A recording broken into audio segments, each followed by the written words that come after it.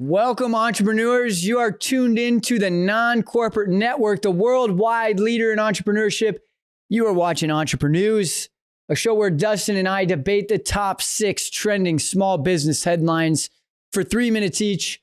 We each give our takes, kind of like a CNBC meets ESPN, unfiltered, unbiased news by entrepreneurs for entrepreneurs. Dustin, do you have anything you want to add to my little intro there?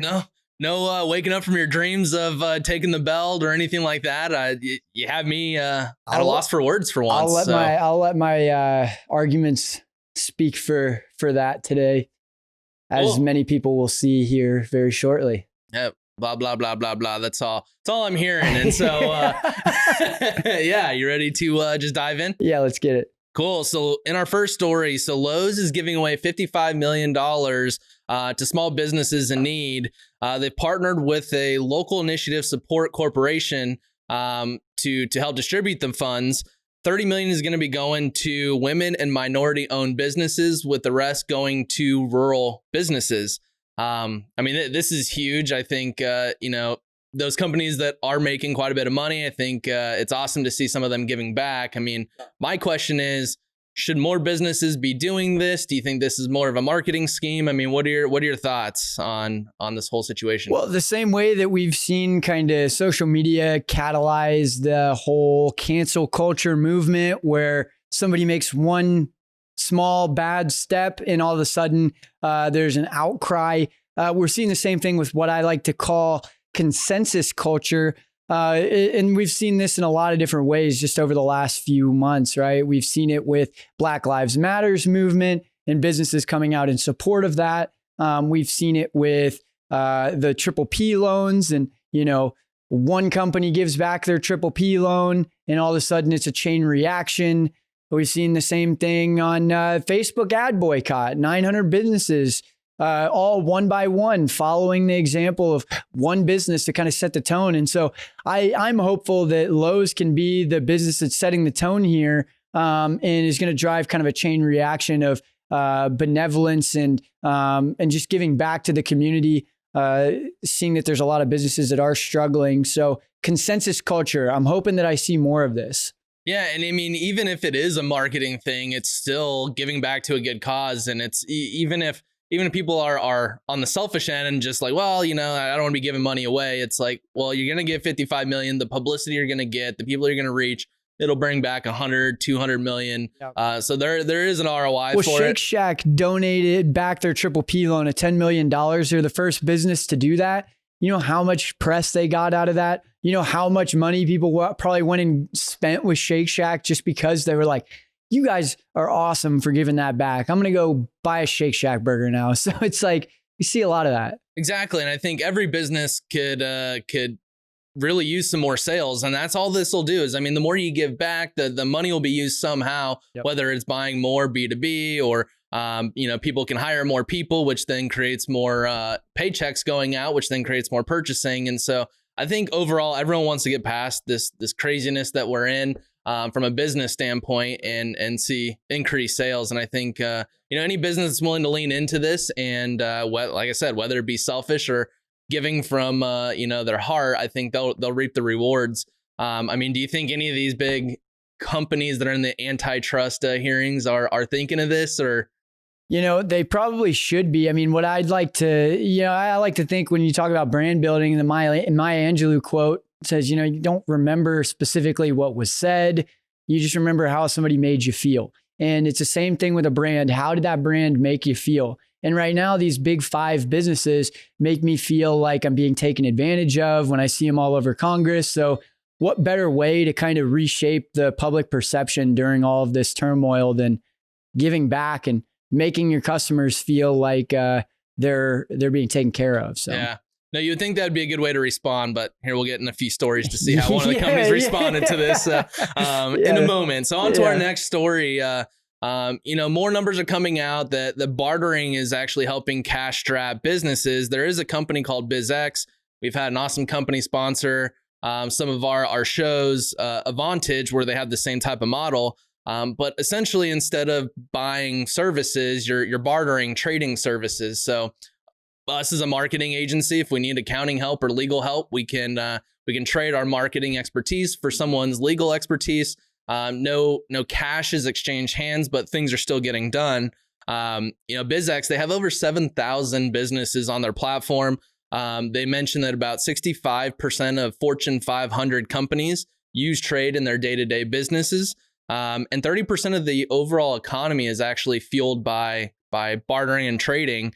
They've even created their own currency that's backed by the dollar. So it takes kind of the you're paying for stuff where if you don't want to trade, you want someone's services, you can buy some of their currency, and they have deals on that. But I mean, should more businesses be looking at the barter system, or what are your thoughts on this entire model? Yeah, no, I mean, I love the way the barter system is set up. I think it can benefit small businesses, but just to be the devil's advocate here, I think the first thing I would say is this is not necessarily adding to GDP, right? There's not money that is changing hands.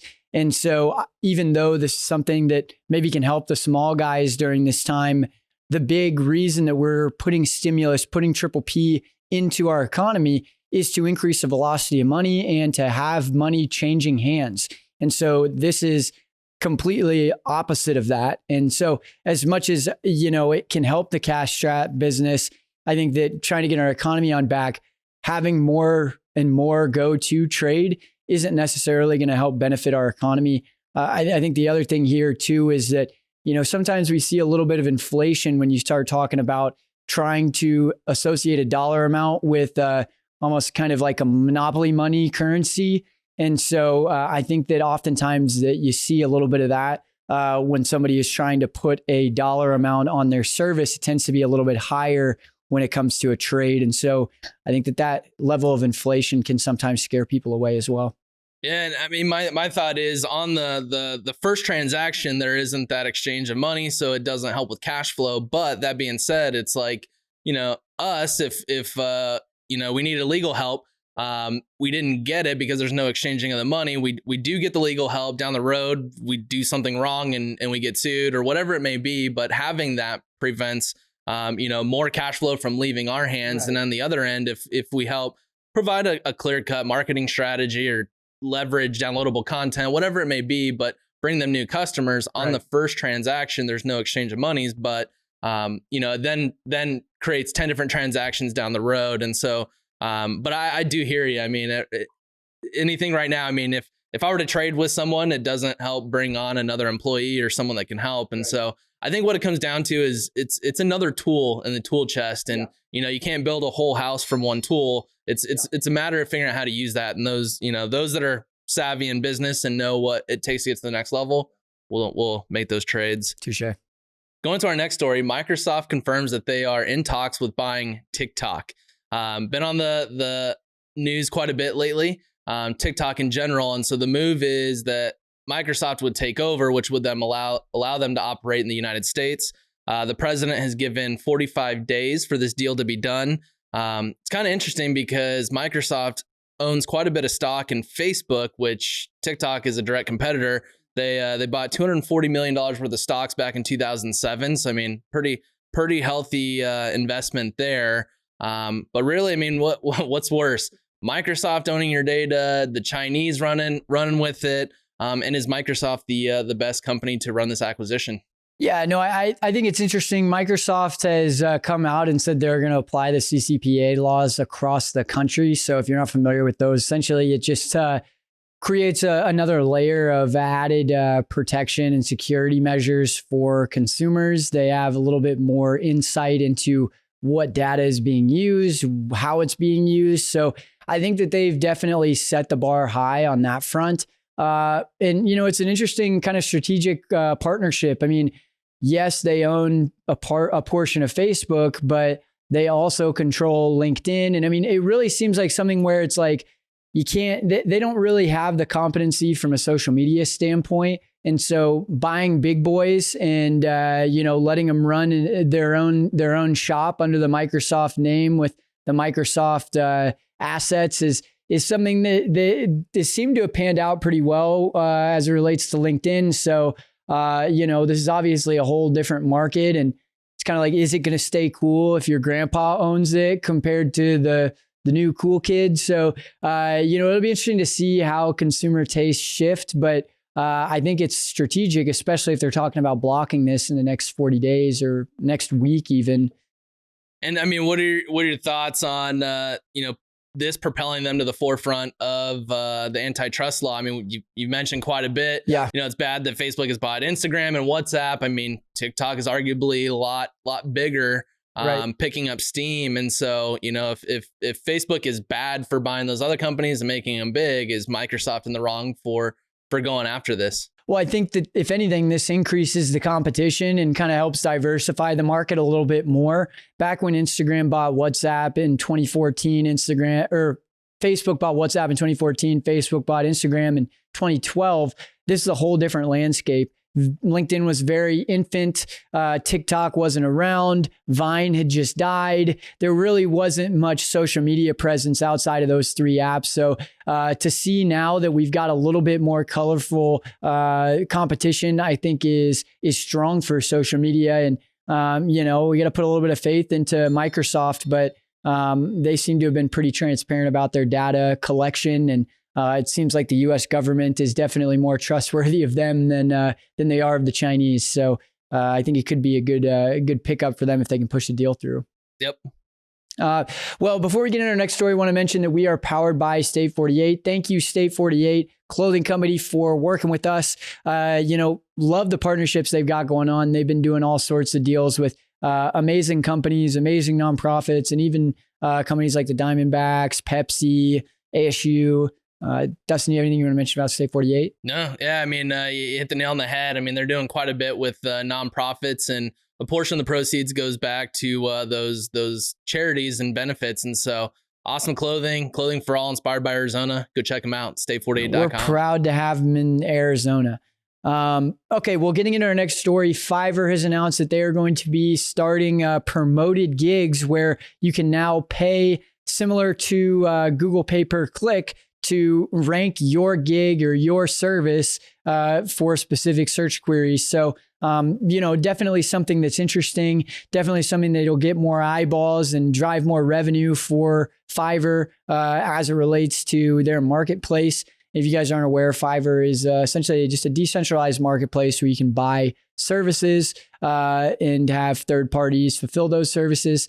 So, my question to you, Dustin, is, for marketplaces, do they have to have an ad model to survive? It seems like we've seen this happen time and time again, whether it's Facebook, whether it's Reddit just came out and started adding advertising. Now Fiverr, Amazon, they all have these ad products. Is it necessary to have ad products, and is that going to help or hurt the consumer? I think there's kind of two different approaches here. It's, if you don't have the advertising model, you're going to have to get your revenue somewhere. And so it's going to be increased fees for those who are selling their services, or else pass that on to, if I go and buy a service from someone on Fiverr, then I have to pay some extra dollars, which now, I mean, you could say the quality is going to be better at that point, but you're going to have people that don't want to purchase on the marketplace because they don't want to pay for it. So, I mean, it's two different models. Whether one works better than the other, I'm not sure. I mean, maybe the approach on the advertising side is that you don't have people that are selling their services, the ones that are the marketers. It could be other B2B software. It could be whatever it may be in the business side of things. But I mean, at the end of the day, I like it. It creates healthy competition. I mean, you got people on there that have thousands of 5 stars. This gives the little person a chance to where they have good knowledge and can execute. I mean, they can go and spend some money and get ahead of everyone else. And only time will tell whether, it is quality or not based off the reviews. And so, well, I wonder if it is giving the little guy a chance, because it seems to me that the people that can afford to run the advertising are the ones that are now going to win. And so their whole kind of model of decentralized third-party sellers turns into a couple of big boys that are offering all different services and can pay to acquire the customers on Fiverr. So, I mean, I think it makes more of an opportunity for those people that are already crushing it, or that want to get a foothold without having to, do the work and have run 1,000 jobs in the past. So, but yeah, I mean, the other side of it too is like, is this cumbersome? Does it kind of decrease the user experience a little bit when you have pop-ups and things coming up? So, I mean, yeah, like you said, I think there's two schools of thought here, and obviously anybody can use a little bit of revenue. during this time. So it's definitely a way to kind of increase revenue without having to do a whole lot. Yeah, and I hope they've taken like Facebook's lead and all that, and Instagram and LinkedIn on the UI UX and all that, to where you don't have ads popping up and you have to X them out. They just show up in the feed and stuff like that. I mean, I'm curious. After this, gonna try and see what we can do. Start running some ads, what the CPCs look like, and who knows, we might have a follow-up series on that. Could be a cool opportunity. Well, getting into our next story, stimulus talks. White House and Democrats agree on a $1,200 new round of stimulus checks, but deadlocked on unemployment assistance. It seems that the two schools of thought here, Dustin, are that Democrats are in support of the $600 a week with unemployment benefits running out and restarting those, where it seems that the other side of the aisle is more bullish on a model where those unemployment benefits are somewhere around $200 as opposed to $600. And so, hopefully we can kind of figure out what's our best way to move forward. But do you want to weigh in on how this is going to affect the economy with unemployment benefits? Is this helping the economy right now? And, what's the best way forward?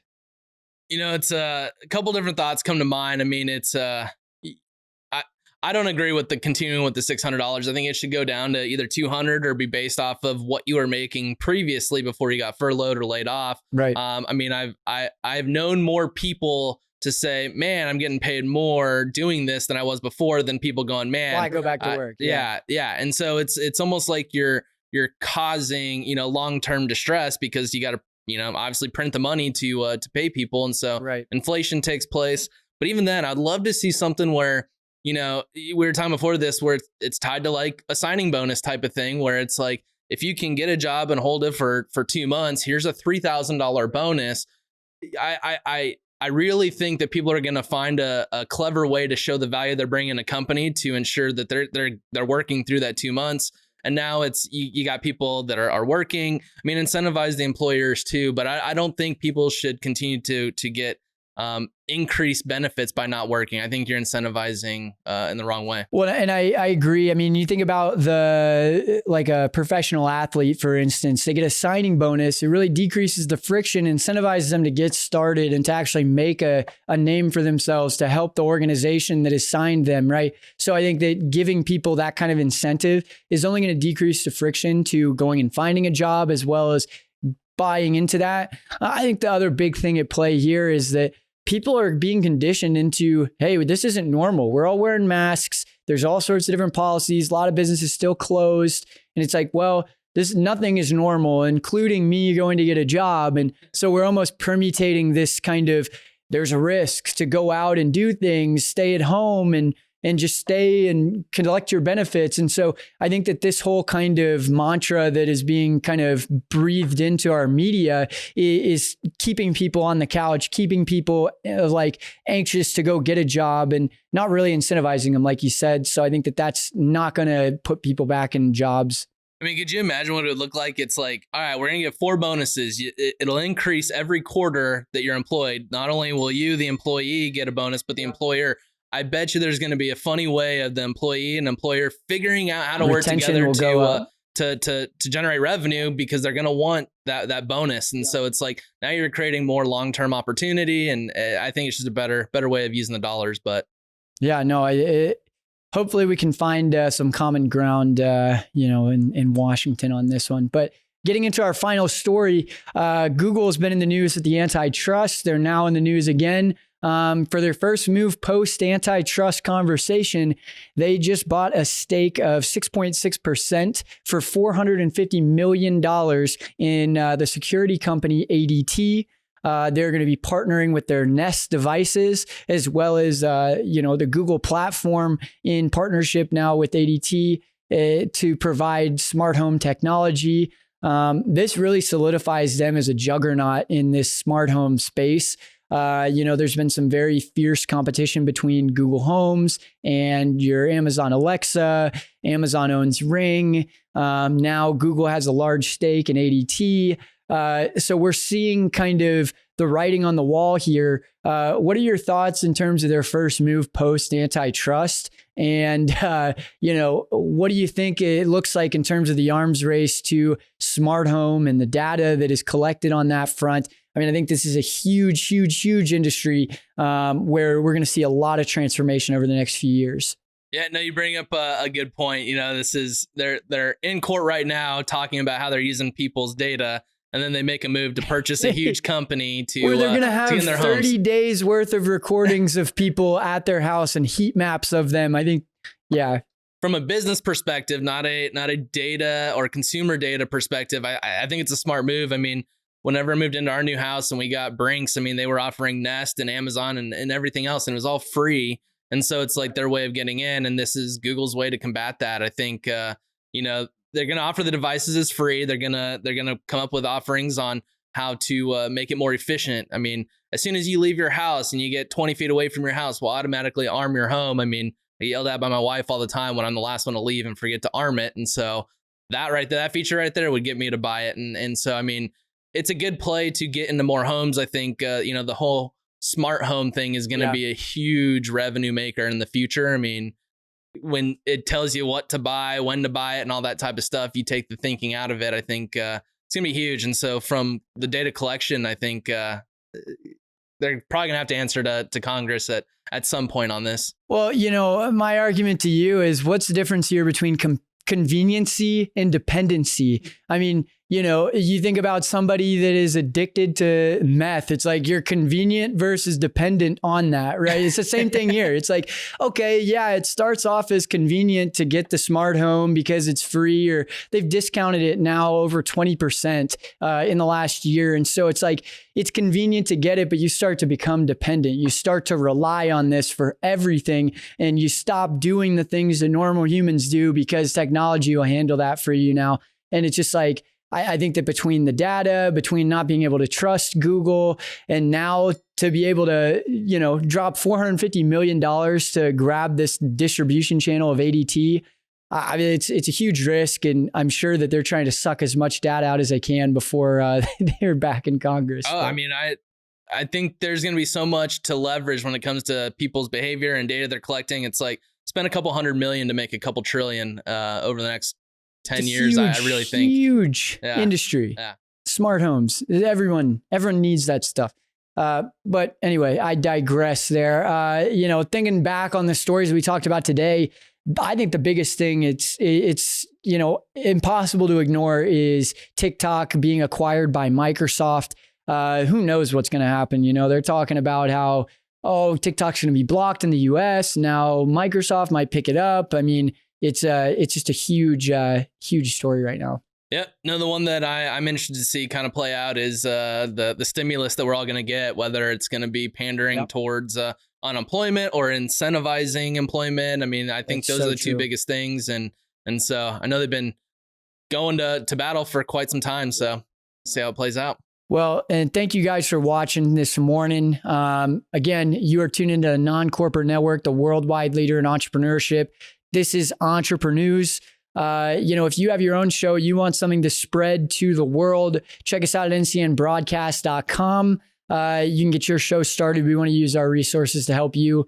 Check us out on social media. And hopefully if you're not watching this, you're listening to it on anywhere where you get your podcast, whether it's Spotify, whether it's Apple. Check us out there. Hopefully we are giving you some good intel going into work. So, thank you again for being with us. Dustin, do you have anything you want to mention? No, appreciate you guys. And we'll see you Wednesday. Awesome. Again, my name is Shaz Vandemotter. Dustin Trout. We'll see you next time.